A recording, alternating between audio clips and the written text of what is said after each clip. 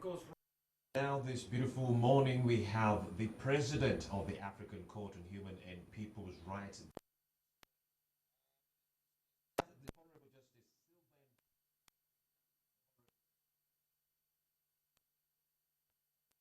Right there.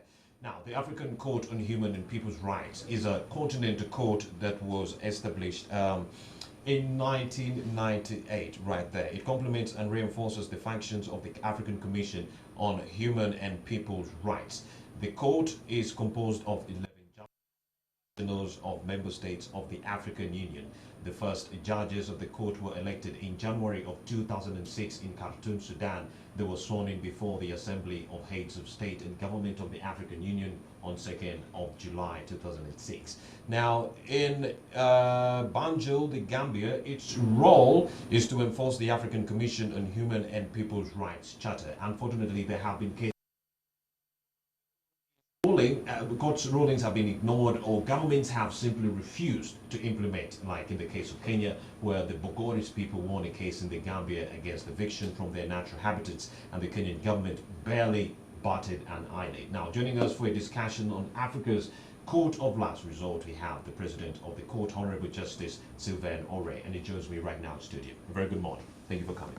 Thank you. Good morning. So, Mr. Sylvain Oré, the African Court on People and Human Rights was actually, the protocols were actually adopted in 1998, am I right? Exactly. So, and it was ratified, the policy was ratified in 2004 and operationalized in 2006 with the election of 7 judges right there. 11 judges. 11 judges or 7? 11. 11 judges. Because the court is composed of 11 judges. 11 judges.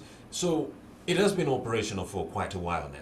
So I'm wondering, why is it that a few people know about this court? Are you operating in secrecy? Okay. First of all, let me thank you for the opportunity you gave you gave me to talk about the African Court, and also express the gratitude of the court for the warm welcome we benefited from the government since our arrival for various meetings here in Uganda. Why the court is not known? Simply because it's an international court, contrary to the national court, of course, and it's a human right court. So you know, the information in Africa, the communication is not at the highest level, like perhaps in Europe or in America.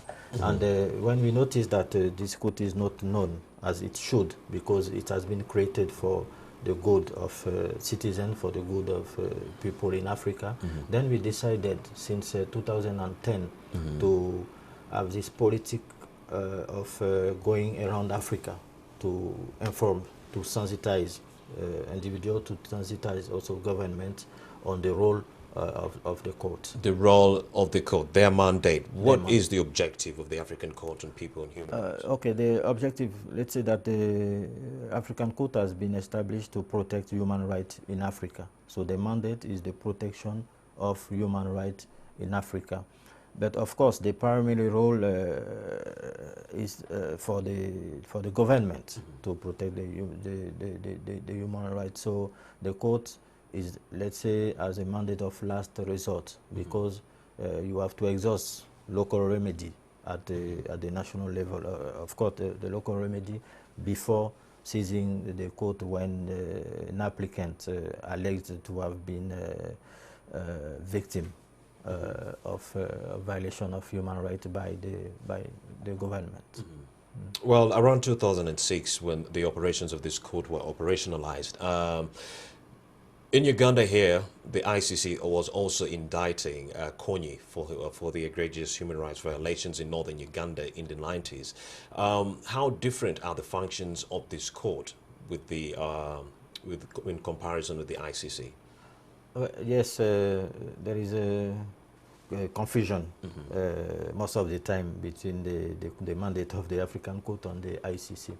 The African Court is purely about human rights, not criminal cases, not criminal law. We don't have the mandate, the criminal law mandate. We just operate on the human rights law, and the sanctions is not against individual, but against the state. So an individual or NGO can seize the court against the state when it alleged that that state has violated its human rights. So the number one human rights violator we have in this country is the former IGP, Kale Kaihura. So the court, the African court, would do nothing to rein in on Mr. Kaihura and prosecute him? No, because the court cannot seize itself, proprio motu, as we said. The court has to be seized by someone who alleged to have been victim of violation of human rights. It's not a criminal court, as I said, where the prosecutor can seize itself when he notices that there is a violation of let's say that there is there is crime committed.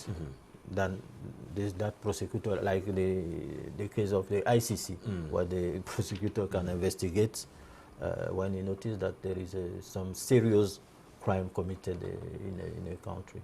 Honorable Sylvain Ray, I'm trying to help the viewer understand what the African court really does. So let me just give you another example. In the instance that Bobi Wine is trying to hold a meeting and then government swoops in, arrests him, holds him more than 48 hours, the recommended 48 hours. Is that when the African court can come in to help Mr. Bobi Wine, or does Mr. Bobi Wine have to first seek the services of the African court for you to give him help? Okay, I will not focus myself on Bobi Wine, but I will tell you general examples. When you alleged violation, first of all, you have to exhaust the local remedies. That, it's as I said, after you fail to get help from your country. From your country. But of course, there are some exceptions. But you have to fill in those exceptions to prove that you cannot exhaust that remedies at the country, at the national level, because so and so and so. And we have a large jurisprudence on that matter. So it's after that that the applicant who alleged to have been victim of violation can seize the court and give, of course, it's an argument to prove that he has been a victim of that violation. Because I'm looking at it from this scenario. In this case, you're saying for someone to get help, they'll first have to seek the services of the African court, not the other way around. I'm looking at the patient going to the doctor and not the doctor going to the patient, which should ideally be the remedy. Now, do you have any plans to overhaul that policy to make sure that you are the ones rendering the services, not the patient coming to you? That's our policy since 2010, because as you rightly noticed, the court is not known at all among citizens of the African country. Maybe that's because it's the citizens seeking your services and not the other way around. Although they are seeking, although they are the ones seeking our services, it does not, it did not prevent us to go to them as we do now. So what has prevented you now from going to them? What prevents us to go to them is that it's not the role of the judge to go to the patient. Even in the role of the doctor, the patient goes to the doctor. In this role, can the judge appoint some kind of investigative committee to seek out the various people that are whose rights have been abused in various countries, and then bring them in some kind of common room so that they could have their problems taken and looked at? This is what we call amicable settlement, but it's in the course of the trial, of the instruction of the matter, when the matter is being examined by the court. But still, the court has to be seized by an applicant, not to take its decision to go to the applicant. It's not possible. Doesn't that incapacitate the effectiveness of the African court? Okay, no, because as I said, it's not a criminal court. and you cannot go to seek the matter even at the national level. If you have a matter, you have a problem, you have an issue, you have to seize the court. You have to send your application to the court. It's not the court who come to you. Okay, give us a scenario where the court was seized and you came in to help. The scenario is like we have many examples where we have examined some cases and also condemned the sanction the state, because it's the state. You were telling me about the journalist whose rights were the aggravated. journalist like Norbert Zongo is a journalist in Burkina Faso who has been murdered because he was investigating in cases where member of the power, some powerful people were involved, and he was murdered together with three of his colleagues, and even burned in the car. And the family was seeking justice at the national level. During many years, they could not have that remedy, and they were going from court, from judge to a judge, from tribunal to a tribunal, and nothing was coming to investigate. And then at a certain point they seized the court. I think after 5-7 years they seized the court to bring that matter to the attention of the court. And then from there we examine the case, we call the party, we have a public hearing, the states and the parties, I mean the family of the victims. And then after the trial, after investigation, we decide that the state has violated the human rights, and then we gave the compensation to the family, and we ordered the family, I mean the wives, the children, and we ordered the state to investigate on that murder. What the state has done so far, because the process is ongoing. Is it in Africa? It is common for governments not to respect court orders. Has this been a challenge for the African court? Yes, it has been a challenge, because if you give some decisions, some judgment, and it's not respected or fully respected, you are wondering what is your real role, the real impact you have. And this court has been set up, has been created for the good of our citizens, for the protection of human rights. So sometimes we don't understand why this court, such independent, impartial court, can take a decision, and the state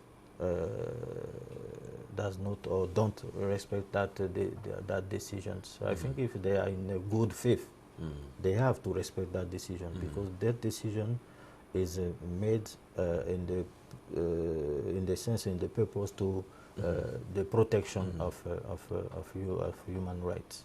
So besides government that are too stubborn to adhere to the rulings of the African court, what are some of the challenges that you've grappled with since the inception of this court in 2006?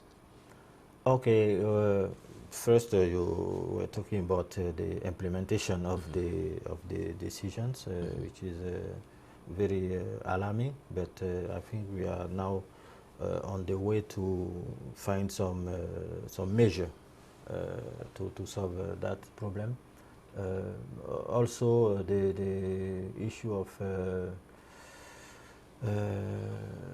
promotion to be known, because as you said at the beginning of this interview, we are not known, so we have to work on it, because even at the high level of knowledge, I mean even the lawyer, the judges of the national court don't really know the courts. not to speak about the student of the common people.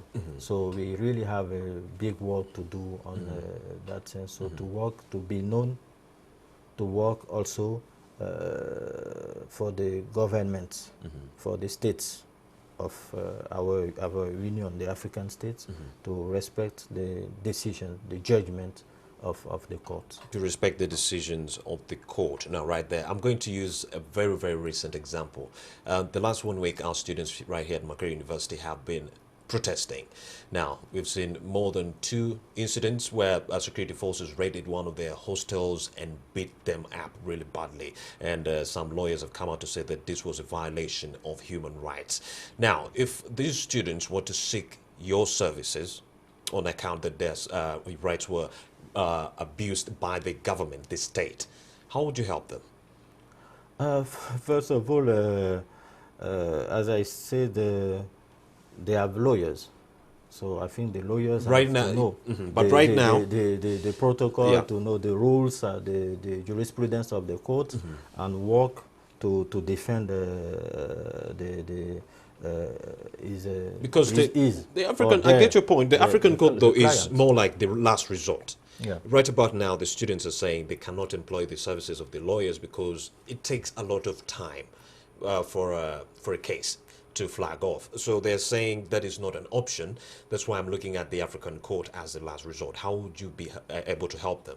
Because you said you can only seek the services of the African court if you've exhausted all the options on the ground in your host country right there.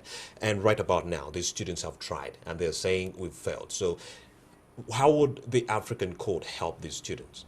Okay, as I told you at the beginning, I don't focus on particular cases because we are judges. So, and we are not advisor. If they were to come to, if they were to come to the court, if they were to seize the court, how would you be able to help them? Is it a case that the African court would take on if you were seized? Okay, I cannot tell you exactly if it's the case because you have to seize the court, and the court made of 11, composed of 11 judges, has to examine the case and to see if that case is admissible, on which ground, before going to the merit. So they are the one, or the legal officer, or the lawyer, the advocate, to find a way to bring that case. But of course, after, as I told you, exhausting local remedy. So I'm talking generally. Generally, not focuses on right the now student, they've tried all the remedies, or Robert. I don't know if it's Robert. So right now they've tried, they've tried the remedies, and we had the young man Joshua right here before you came on, and he was saying they've tried those remedies and they've failed. So in your opinion, not as a judge on that court bench, do you find this case admissible? Do you find it like a case that you would take on if you were seized? I cannot tell you if I can take the case if I am seized or not, because you cannot, like we say, do a judgment before the judgment. So we have to examine, to check the circumstances, to check the law, the jurisprudence, what is the argument of each party before deciding on a case. You cannot, as a judge or even as a lawyer, say that okay, this case is admissible or as a merit. So in this case, as long as they invoked some human rights violation or some disposition of international treaties or protocol or instruments. What kind of violations are we talking about? Because students were beaten up, some are still in hospital. Molly Superior, a School of Psychology representative to the Guild, was beaten up really badly. She's still at the hospital right now in Mengo. She's suffering from trauma. Is that the kind of violence you're talking about, or is this something or is there something different? I think that that answer can be given by the lawyer, the own lawyer. Yeah. They are the one who can see the facts and find by comparing the instrument, the disposition. I think I get it. So law. in this case, Yeah. the students would first have to, since the government write their case, you take a look at it, and then you come up with a decision. Fine. Okay, now a big percentage of the funding of the African Court comes from community donors and partners like the GIZ. This raises questions of independence. How are you handling this? Yeah. This concern is true, because you are not the first one to have this kind of concern. No, let me tell you that the partners, they come in the activities of the court, not in the main activities of the court, which is to do justice, to render some decision, some judgment. Not at that level. They are not the one who paid the court or who paid the judges or the staff of the court. No. They just come for the activities, like the one we are doing now in Uganda, the judicial dialogue, or also to So there is no influence whatsoever media, coming in some from the partners. No, because they are not involved in our core activities. Okay, as we wrap up, so you're organizing an event. You've just hinted about that, the judicial dialogue. Tell us about that as we wrap up. Okay, the judicial dialogue is one of the events where we sensitize the judges, because we invite the chief justices, the president of Supreme Court or Constitutional Court of all the countries, of the 55 countries composed, which compose the African Union, and we deal about the mandate of the court. We deal about the cooperation, the collaboration we have with the national courts. When will it be held? From tomorrow. From tomorrow, during 3 days, we have that meeting. Location? Munyonyo. Munyonyo. Munyonyo, yes. So please do look out for that. Tomorrow at Munyonyo, we shall be having the judicial dialogue right there. I've been hosting the president of the African Court on Peoples and Human Rights right there, Mr. Sylvain Ray. Thank you for having made the time to help us, enlighten us on these issues. Thank you very much. Thank you very much for coming. You can just stay right there for a second. Yeah. Well, right about now, we are going to take a very short break and return with a lot more exhilarating information. Keep it here.